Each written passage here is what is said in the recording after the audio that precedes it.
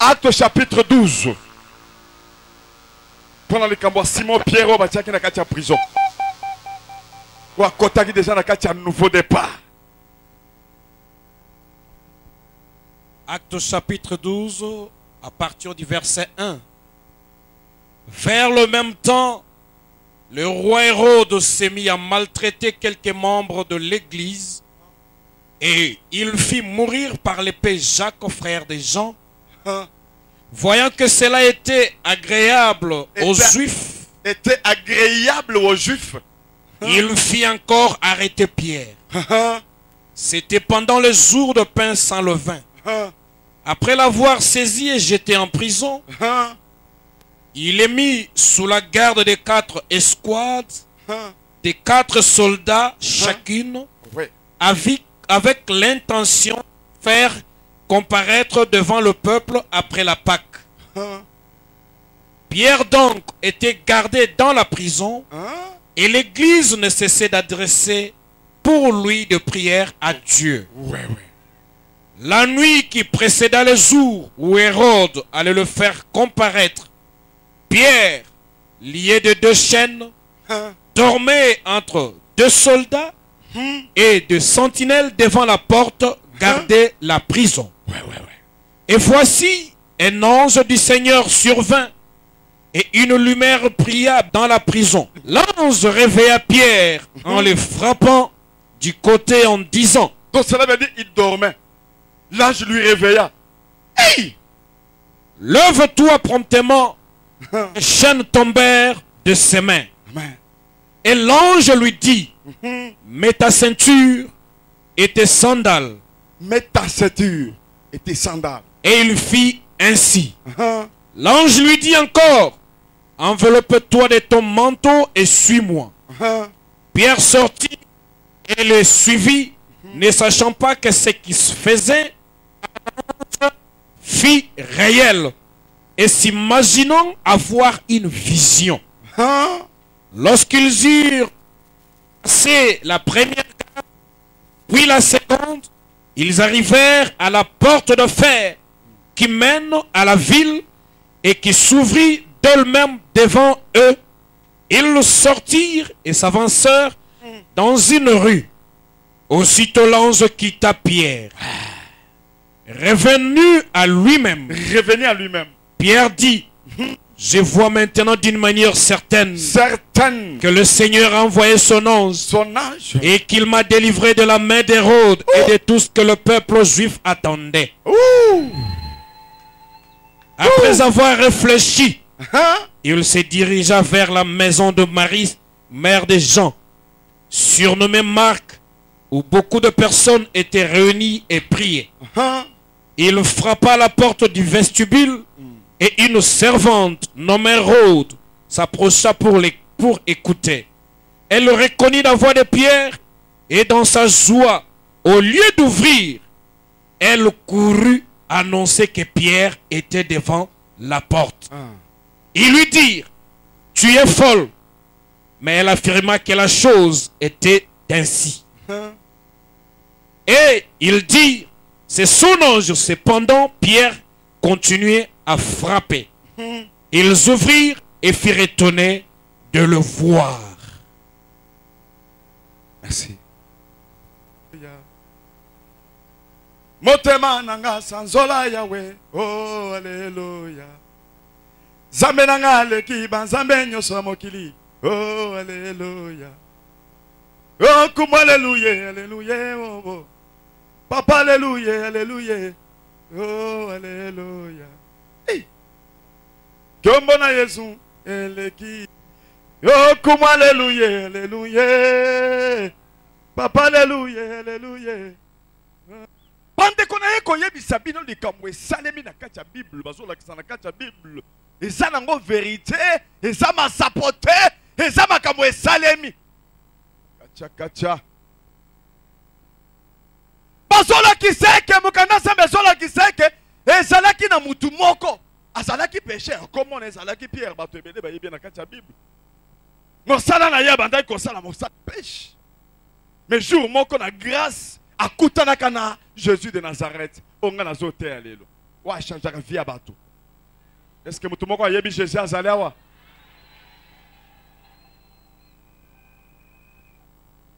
Mais ezalaki grâce bandeko pona kokutana na Jésus eze eloko moko bato bakoki kotanga sisi ba doctorat ndenge na ndenge mais poazwa grâce ya koyeba Nzambe eza grâce hein? Okomona mususu ozobisema ka Nzambe mezo kota te azoyoka ngo te eza mosika kokutana na Nzambe eza grâce. Vina ye change comment ki ko débrouiller ala ki ko débrouiller mais vina ye jour wana a changer amona makambo ko akoko mona te amen. Asala butu mobimba aluka luka po azwa esimbi te mais tango kaka mutu wana yaki na tongo ayebi se zonga lisusu amen. Zonga nde na tongo bakanga ba poisson te basala ka musala ngo na butu pona tongo bambisi bakimaka ililinya mutu mais na butu bamona keloko te bakangaka selo calcul na ye Simon Pierre asalaki alobi esili lelo na beteli na zangeli na zangi na kozo eloko te mais iko sala ke na grâce à kutani na mutu moko bakutana kana yete soko kutani na vie nezo changer comment mutu ango Jésus de Nazareth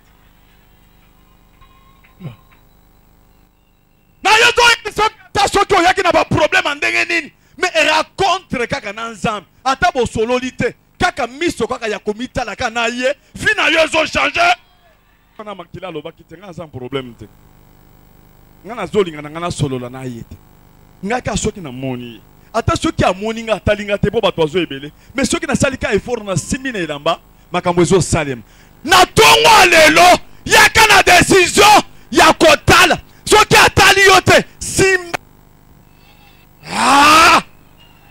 est-ce que mutu moko aza prêt à ko simba eh salo boko lobi nga nazo simba lelo na kosonga pamba te nazo simba. Simon Pierre eye ko sala ke tanwa moni kaka eloko ngo azongi pour la deuxième fois liboso azalaki na foi intellectuelle avec beaucoup de calculs amen. Foi religieuse oyo eza mingi na kati ya mangomba pour le moment bango bato bakomi na foi religieuse foi moko ezouta na Saint-Esprit te amen ezouta na Nzambe te mais tango ya sali foi intellectuelle amoni ke simbi te baye kopesa deuxième fois oyo wuti na Saint-Esprit oyo wuti na Nzambe ye moko alobi na foi na nga na salaka ba calcul te yonga tango ya zongi na moko akei nde ake kozwa ba poisson ebele amen akamwe alanda mutu ango depuis jour wana peut-être oso moni makambo minene kati ya vie na yo mais tala ndaka Jésus est-ce qu'on landaka Jésus na normal na kati ya vérité na kati ya parole de Dieu ou bien on salaka masapo on salaka masano na Jésus mitala nan non eloko te pa Nzambe combien de bato bakufi combien de bikamo yo so mona ti sikoyo zo tambola ka à gauche à droite landa Nzambe komona makambo na no mona te bokana Nzambe ezolo bake mutu ango alanda mais azalaki mutu moko ya makasi courageux azalaki na foi na religieuse intellectuelle mais mokolo moko tango alanda Jésus Jésus ayebisi bango makambo na minute onde na boye bakokanganga amen neti na lisabo bakokanganga bakobomanga asiliki alobi te yo mutu akoki kokanga yo te soki mutu alingi akanga yo nga na kobeta bango nga na kokufa liboso tokokufa na yo Jésus alobi osana ba courage mais courage na yo ezoya na nzoto nalingi na prouver yo ke eloko nga nazosala eza Saint-Esprit yango nde ezotinda ata so bakangi nga eloko moko eza te mais yo ndongo oza wana lelo soki bakangi nga amen ava tongo etana okoniye nga 3 fois Simon Pierre alobi ngai te mais eye kosalaka na butu wana deva bana basi na butu basi bakangi Jésus baye balobi mutu oyo tozomona bizaleli na ye ndenge azoloba ndenge atambolaka netika walesa ndenge ateya parce que ba disciple mutu balandaka mutu na côté na bango na koltoba na kotambola okomona muto a changer tango zo seka bo tango zo teya olobia oyo tenza walesa. Amen. Ndenge pe bino bozali boza bana ya walesa esprit na ngai se côté le bino. Est-ce que mutu banga soyoka sa mundu ki likolo. Amen. Mais ayez que ça là que a nié Jésus. Pour la troisième fois, tant que nié Kaboy. Amen. Soso eleli. Kokodiko. Jésus a talié. Ebisen de gona, ebisa ki okoza na foi moko religieuse. Oui, ça ba mongoma pour le moment. Ba tobele ba lembi. Ba lembi ko sambela. Ba sambela na kondimo ezoyo ozoya na nzoto. Ezoya na kotanga. Ezalaka limité. Et ceux qui sakabato bungi saka kondima. Simon Pierre a bungi si kondima. A nié Jésus. Bokanda sambe solo beke. Tango Jésus atali a komi kolela. Jésus ba kundiye alamuki a yebisi bango. Nazo linga siko bokota na nouveau départ. Yebisa moninga na tozo kota na nouveau départ. Nouveau départ, ezali départ oyo moto akamami na Saint-Esprit. Boko bimana mboko oyo te na kati ya Jérusalem. Boko zela jusqu'à ce que esprit ensemble koya. Parce que tango boko kota na kati ya nouveau départ, bitumbe kozala. Il faut osala na capacité surnaturelle. Oui, ezoya na Saint-Esprit. Acha yo onction. Et que ceux qui appellent ça onction wana, na kati onction wana puissance ezali. Nakati onction wana richesse ezali. Nakati ya onction wana sagesse spirituelle eza nakati. Yango nde bokolonga munguna. Bozela mutu abimate bango pe bazela. Metango Saint-Esprit ayaka. Pante kona zo ebisa bino ke tozo teya eloko munene nazo senga na bino tozala na Saint-Esprit. Sata sakani na biso to. Bando ki bazo bomba mauvais esprit na bango. Bazo bomba ngo tranquillement avec jalousie. Okomona tendo ki azo sakana na esprit na kindoki. Azo sala ba démonstration. Okomona ndo ki a telemi devant congélateur. Pourtant ndo ki azo bimisa maloba devant congélateur. Ezali yete mutu azo sala yako bimisaka maloba. Siko maloba wana esprit ya mabesa na kati na ye ekozwango ekomisi yango vi ekomisi yango munduki na lobi zika wana bimisika maloba wana esprit ya molimo ya mabesa na kati na ye bimisi yango ezikisi congélateur. Ok bango bazo imiter biso nde ba original penza. Amen. Mais biso tango tozui Saint-Esprit tango yozo déclarer que moto ezali yote au nom de Jésus. Le kolo zali na esprit na kati na yo esprit wana kokomata maloba wana komisa en moto. Ya onde bozo mona moto tala bando kikosika. Moto tala bango kozika. Est-ce que mutu moka sola ndanga? Loba moto. Salobo koboy. Loba na sana esprit ensemble. Bango pe batikali wana balobi papa toko kende te tozo la kaka Saint-Esprit poto kende jusqu'à l'extrémité de la terre. Amen. Bande kozela ya nzambe za na bitumba. Satan alingaka te mutu azo tanga kombo a Jésus. Satan alingaka mutu aza kizengi ozo sala ambiance na yo commission mutu na ye na kati ya bar ozo envoûter bambali commission mutu moko bona kati ya bar ozo sala mbongo yosui ozo dépenser papa okomela masanga osali kindumba wana Satan lobi mutu nanga. Mais tango yo bongoli motemo lobi na dingina sambele oluki bitumba zala pe makasi yango nde bozo mona ba chrétien bazo kufa trop bazo lia bango na Satan. Ozo sambela me olié ozo puissance à Saint-Esprit ozo na Saint-Esprit obunda bitumba. Amen. Ba chrétien lelo ba komi ko kanga bango na kingo na butu mutu asambela ka alobaka na langue awuti ko sala 40 jours ya jeûne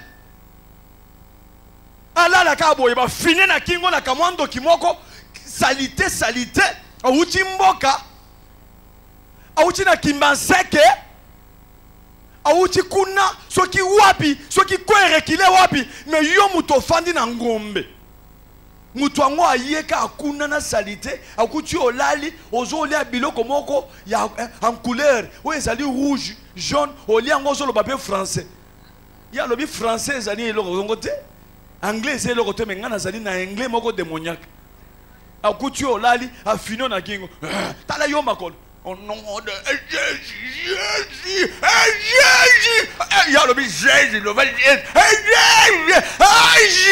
Jésus. T'as la yogo surtout que mis au fongoli comme rouge. Et là on est aux anguilles Saint-Esprit, prière rebelle, au coco sambe la ming, mais ceux qui Saint-Esprit exact zéro na yo. Et tambola kailo komoko. Prière ya solo, mais et tambola ka de père na Saint-Esprit.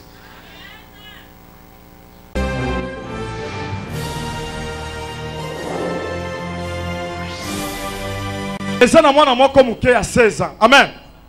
Bah, initié na papa na ye. Papa na sa kufa a initié moi na papa na c'est quoi ça qui congolais a initié moi na kamati makina na chez moi. Papa na sa qui muto science au Christ, muto babil donc a démon à niveau supérieur. Amen. Moi na bâti esprit moko boye ya basi. Moi na kola na basi atana âge maman na. Donc ceux qui ka ben basi banandake kaka. Moi, je suis n'importe quoi. Amen. Na dimension à l'icolo. Si vous avez besoin de la peau, amen.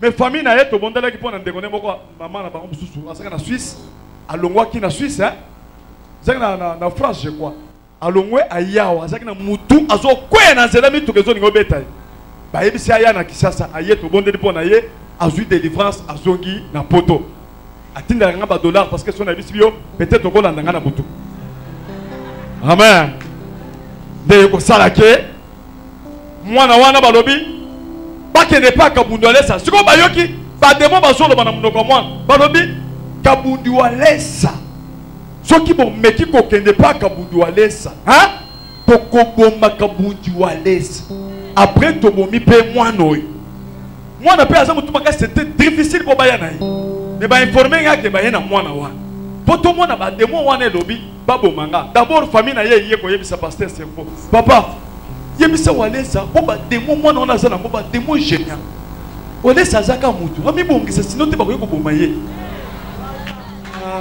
est-ce que bino ozondi ma eza maseki bolo binini walesa ko kufate molimo moko te ko korisel bosta yo za bilidose amen bilidose amen elikola bakenya nzela na yo eloko nyonso eza koleka nyonso zolanda kombo na Yesu Kristo haleluya. Mwana mwasa wapi baya naye wapi ye yaka na mwana wana tana no mwana oyo azozwa na ba mama ya 40 ans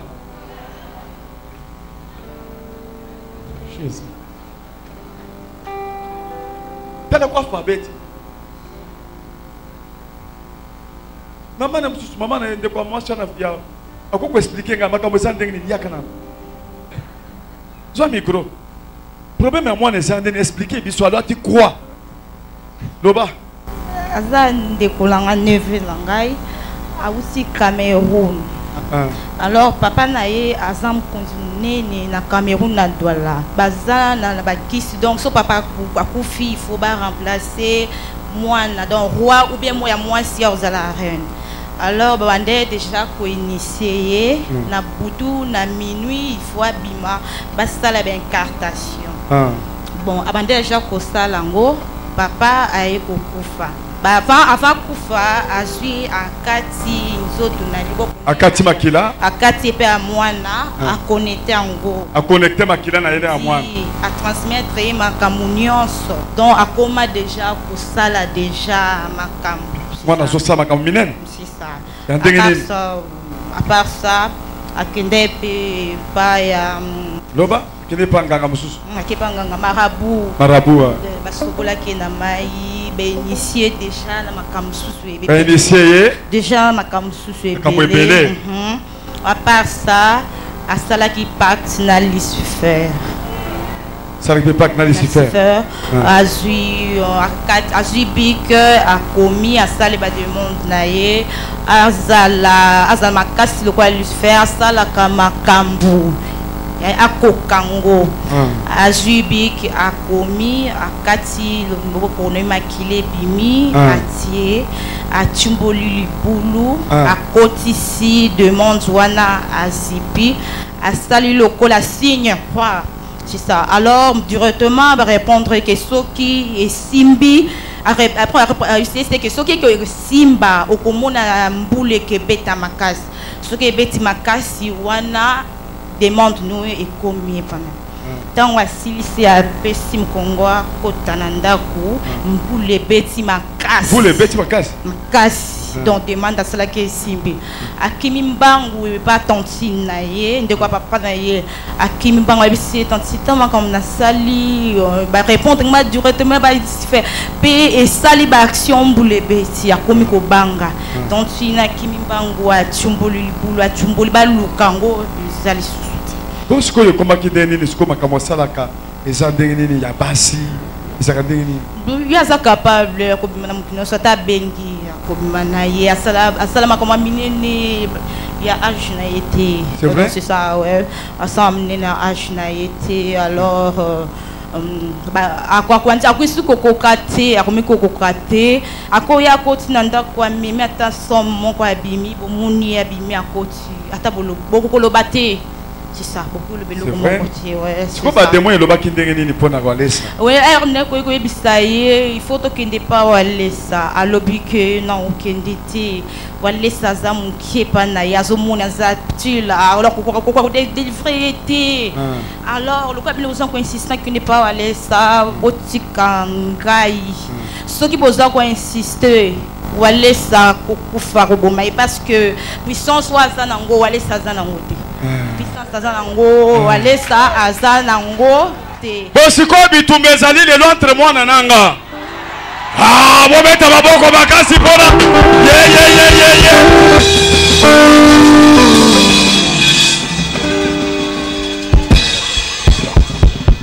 Ah, lo bakasi.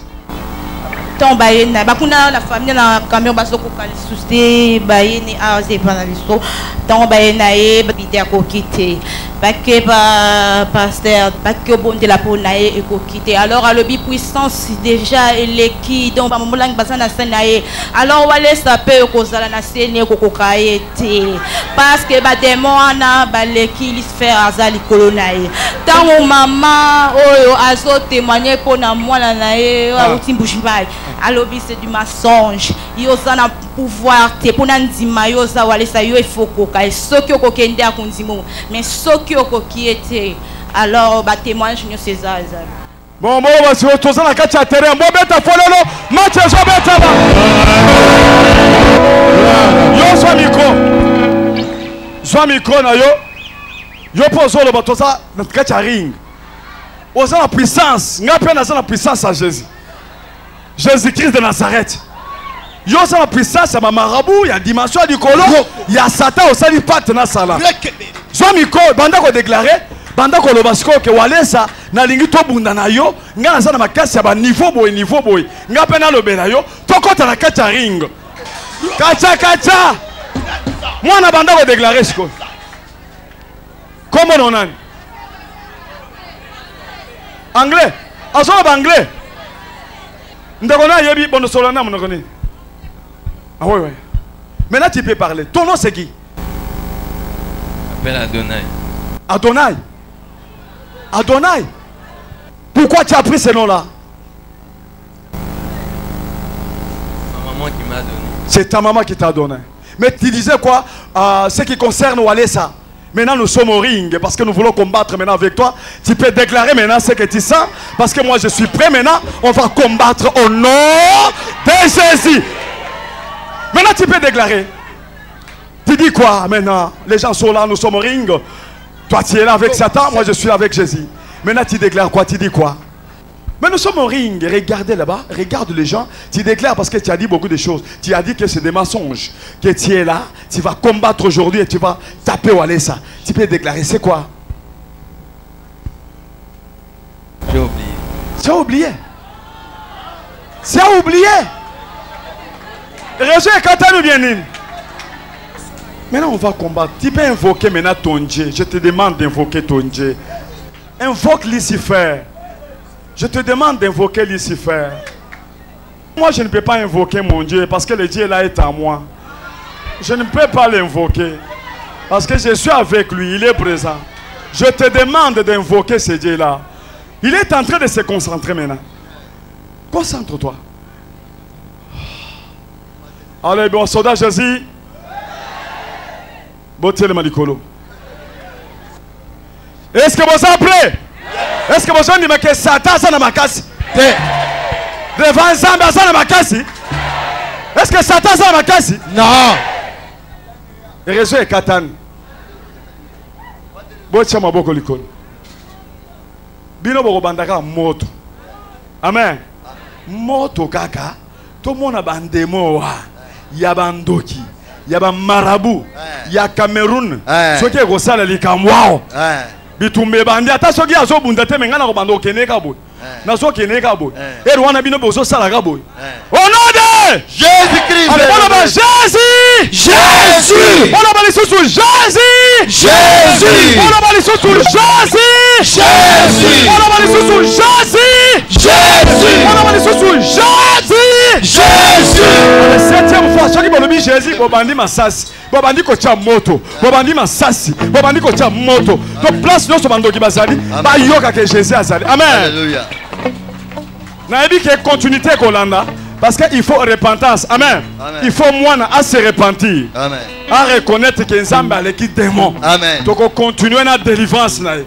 Mais pour le moment, tozo tia moto place yo soba kunda bilo. Envoûtement yo soba sali moi. Pour récupérer moine. Amen. Moine atika la normale. Au nom de Jésus. Botia mboko likolo. Siko tonito tia moto ya suka. Amen. Bokota en esprit, bokota en esprit, bokota. Amen. En étant qu'un de Jésus.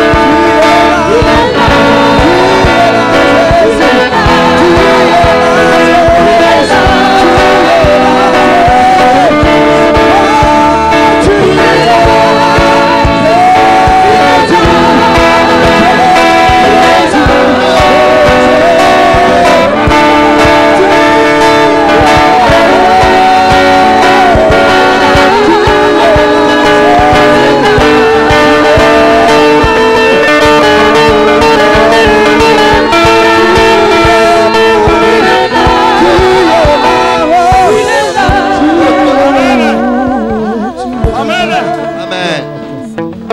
Si quand on kata eba singa nyoso. Na biloko adata ki yemoko abandi kolongola baso set na etikalaki. Kata moto kitia le bandi kolongola baso set. Amen. Amen. Si quand on kata basinga na maboko na ye. Ale kamata mbeli. Salaboye. Telemi sambeli. Ale obando kata maboko ya mwana to kati basinga wesa na maboko wesa na makolo wesa na muto nyoso kata au nom de Jésus alabanda Au nom de Jésus.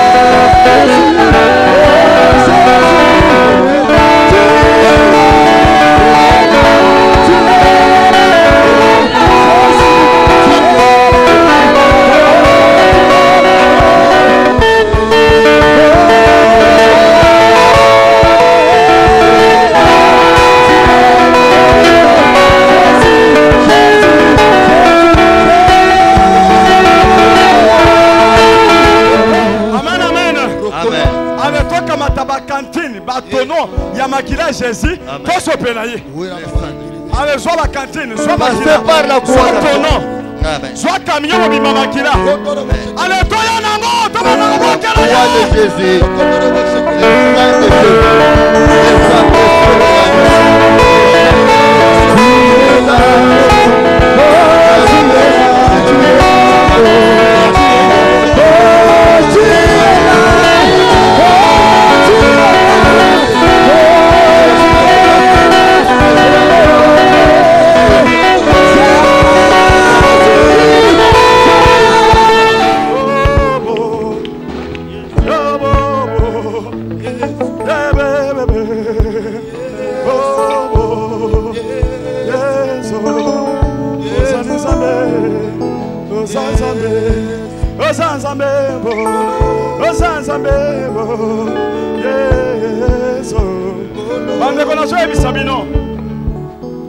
Il y a solo mwana oyo azaki na dimension supérieure. Il y a kindoki pe ya magie pe ya puissance. Tanga la zobondela ye asiminga yao. Asiminga siko na makasi na force. Na okine tibatie mbeli awa. Awa. Na okika ndemba chaka mutumbeli. Kwa! No bien. Ala kisi pensa ke nazali kolo. Mbeli ko kiko tuba mais ko sale lokote. Amen. Batie mbeli kwa! Musapinyo sono kine chibacheka mbeli kwa ndenge bachaka. Na changer stratégie. Na sanya no potabo wawa pour commencer sans effet. Na changer les formes. Amen. Amen. Na zongi selié. Autosol baza neutraliser. Awe za yete za esprit. Loba za neutraliser. Aza neutralisé. Tout le monde confessera que Jésus-Christ est Seigneur. Amen. Devant nani? Devant Jésus-Christ. Afukami devant nani? Devant Jésus de Nazareth. Oh.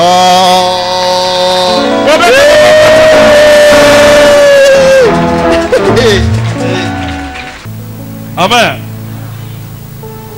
Si on a solo comme toi ça na Gillette pour qu'en soit ce qui n'a eu et ça significatif. Amen. Baye na ciseau. Il faut pas tailler souki. Un démon va s'aller avec des méchants. Il faut pas tailler souki ça, souki moko ya nyoka. Amen. Mais sinon t'es moi na kota na basela mabe. Pour la toute première fois na yoka et l'autre kotinga netimbeli. Wa! Donc ceux qui ont ezaka mutu apamba ya blague asali makam. Po tango afongoli ka miso atalinga asiminga na musapi makasi na oyoki kaka mbeli tchwa. Ouais, on dirait nyoka. Hein, au moins qui. Amen. Nous avons besoin de moto ya koki ko kate suki bien. Mosusu ba simbiye, mosusu pe ba kate suki.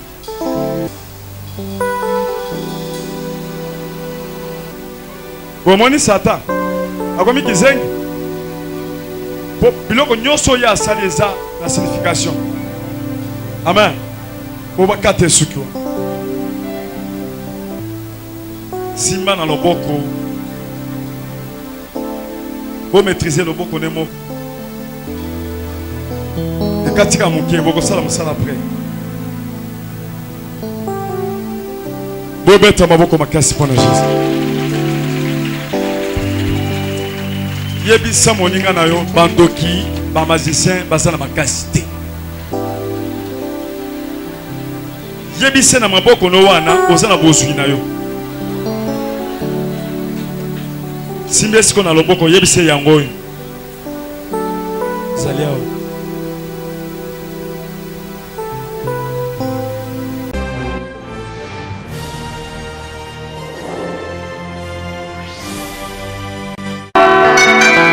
Amen. Amen. Après ce micro pour appeler ce binombote Alexandre Azaki liboso comportement nandenga miboni a changé. Aza soni mais azwa charisme. Toi charisme. Allez, tiens micro bien pendant que la copie ça va tomber. On a interpréter à tout en français. Bonjour tout le monde. Comme vous venez de comprendre, je ne vais pas me présenter avec mon nom de Kwani Adonai. Je vais me présenter Adonai Walesa.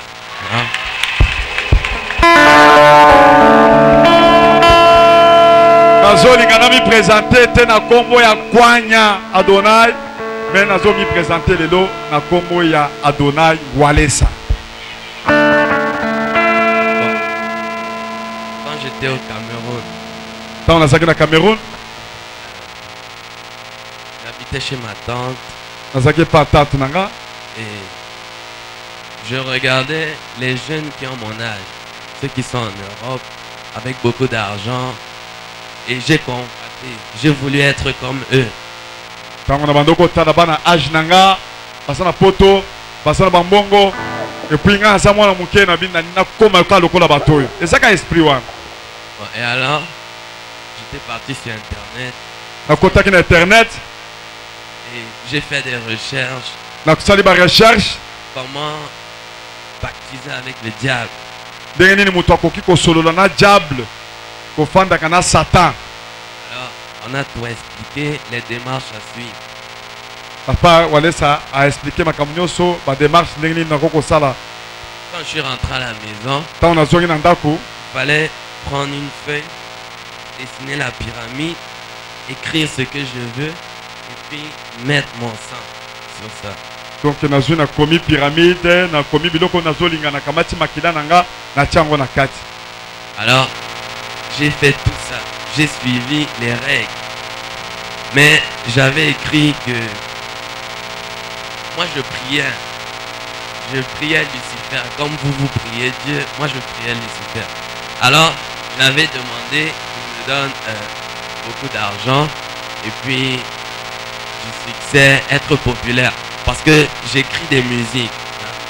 Et alors, je voulais qu'il me rende populaire. Le micro très bien. Et puis, j'avais aussi demandé que les filles m'aiment beaucoup. Parce que moi, j'aimais trop les filles. Alors... Alors, dit, ngana bandoko linga basi makasi. Nde na yeko lobake basi fo ba linga kanga makasi. Et puis na yaka kitoko makasi.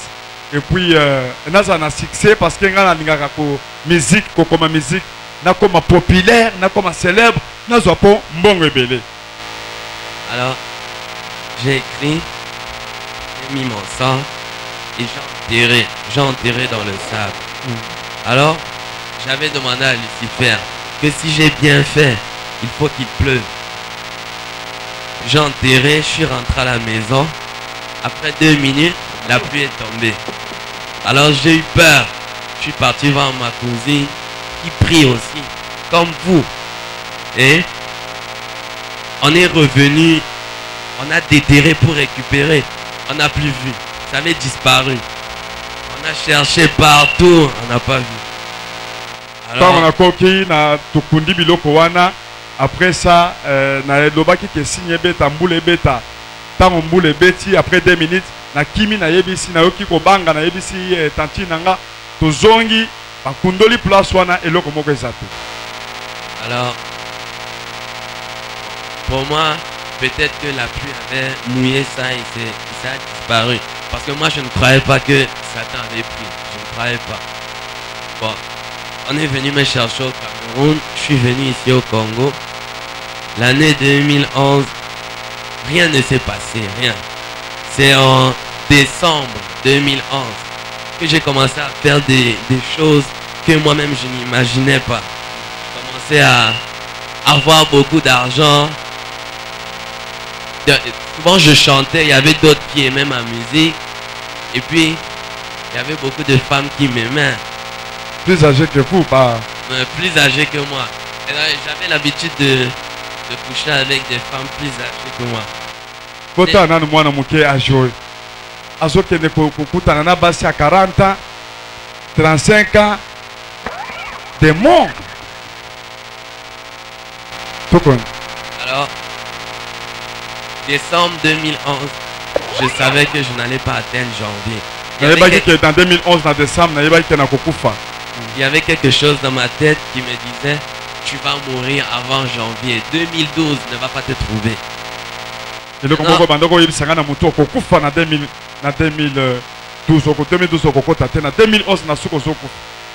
Alors, moi dans ma tête, je savais que j'allais mourir. Maintenant, quand j'ai vu le 1er janvier 2012, j'avais crié, j'étais même étonné. Je ne sais pas comment ça s'est passé ici encore là en 2012. Alors janvier 2012, je savais que j'allais mourir en février. Quand j'ai vu février 2012, j'ai dit non. Comme mon anniversaire c'est le 27 mars, je disais, je ne vais pas atteindre 17 ans, je vais mourir avant mars.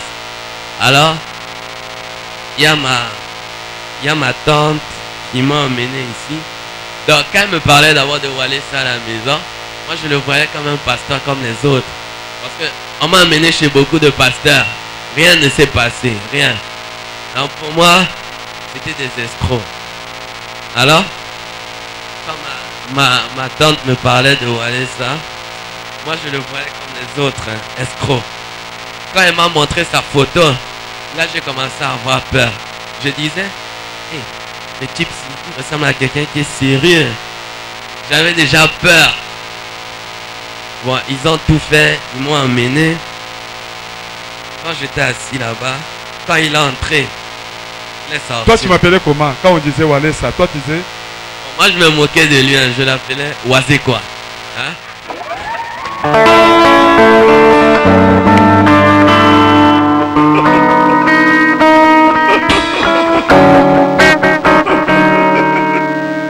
Quel raisonnement! Walesa, Wazé quoi. Kacha, kacha. Ah, je vais continuer. Alors, quand j'étais assis ici, avec ma tante, quand il est entré, moi je voulais sortir. Elle me disait non, non, laisse. Moi je savais que il allait me prendre, on allait entrer, on allait seulement causer à deux. Là je savais que j'allais feinter. Maintenant, directement, il m'a seulement appelé comme ça. D'abord, il y avait un monsieur qui est venu témoigner. Moi, je ne croyais pas. J'avais dit à ma soeur, peut-être qu'il est parti derrière là-bas. Il a donné $100 au monsieur là. Le monsieur là est venu mentir. Alors, directement, il m'a appelé. J'ai sursauté. J'avais peur. Quand je suis venu,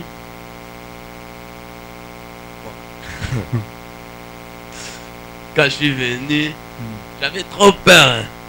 Et puis, ça s'est passé comme ça. Maintenant, moi, comment dire, il m'avait énervé, hein, il m'avait trop énervé. Quand l'église est terminée, non, ce qu'il avait, c'est comme si ce qu'il avait commencé, il n'a pas terminé.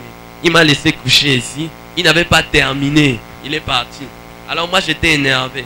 Donc c'est comme si les démons là qui étaient dans moi s'étaient énervés. Parce que je pouvais, il y avait même un diacre là, j'allais le gifler même parce qu'il m'énervait. J'étais trop énervé. Na silika ki makasi abondeli pona nga na kwei asisi musala na yete akeya atikinga na se. Siko nga pe makasi akolo mukazate na moni diacre ye na ninga na gifler diacre wana. Et puis il a même coupé mes cheveux. Akati suki nanga wana na suki na se. La coiffure là que j'ai fait. J'étais à la maison, j'avais les petits cheveux. Chaque jour je priais pour que Dieu me donne les cheveux comme ça je fais la coiffure. Maintenant quand il a coupé ngana zaka na suki mingi te suki nanga zaki muke na bandeko sambele pa demo nanga wana suki nanga kola ba kwata nga coiffe nanga wana. Siko na yawa yeba bandeko kamata bakata coiffe. Donc il a coupé la coiffure que j'ai souffert pour avoir. Non, ça m'avait énervé encore. Ça m'avait énervé. Ah! Kacha. Directement, ils m'ont fait tomber. Quand je suis tombé, dans ma tête, je voyais seulement blanc. Il n'y avait rien. Seulement blanc. Un peu comme un tissu blanc seulement. Je ne voyais rien. Dès que je me suis réveillé, je suis parti aux toilettes. J'étais seulement debout comme ça. Les urines sortaient. Ça ne s'arrêtait même pas. Je demandais même si j'étais devenu le robinet. Ça ne voulait pas s'arrêter. Et puis... Kacha. Sala lo boko bolo banzamba zali. Mwana kako bitu na toilette. Alors na komi robinet. Na soubezo bima yango moko. En tout cas délivrance. C'était blanc. Comme l'eau. Quand j'ai terminé, je suis arrivé. J'étais assis ici. Ensuite, on est parti chez le pasteur. Quand je suis rentré à la maison, en tout cas, c'était comme la fête. Tout le monde était content. Tout le monde. Comme j'avais arrêté l'école, il y avait des amis qui me demandaient, pourquoi tu ne pars pas à l'école? Et moi, j'avais dit, dans la Bible, Dieu n'a pas écrit, il faut partir à l'école. Mais plutôt, Dieu a écrit, fécondez-vous, multipliez-vous. Alors, au lieu de partir à l'école, il faut que je jouisse de ma jeunesse, normalement. C'est comme ça que je disais. Aucun raisonnement. Et là, on dit non, mon changement est pas là. Qu'est-ce que tu as remarqué de changement, toi? Bon. Tu peux casser parce qu'il y a une minute. Comme avant, j'étais... Tu peux parler à haute voix? Comme avant, j'étais aventurier là. Tu injuriais les gens? J'injuriais, impoli. Tout. Hein, tout pour moi, c'était seulement maintenant là. Je ne pensais pas à demain. Mais maintenant là, je suis devenu responsable. Maintenant, je me sens à l'aise. À l'aise maintenant. Tu es revenu à toi-même. Kacha. Bobeta maboko makasi pona. Amana. Adonai Walesa. Maintenant, tu peux chanter. Tu peux chanter. N'importe quelle chanson. Si je me tais, oh, j'apprendrai à écouter la voix du bon berger. Quand je l'entends, oh, je comprends qu'il a payé pour ma liberté. Quand je t'ouvre mon cœur, je t'entends me parler. Quand je t'ouvre mon cœur, je t'entends me parler. Et ma vie à chaque heure, toujours la même. Et ma vie à chaque heure coule comme un torrent. Si je me tais, oh, j'apprendrai.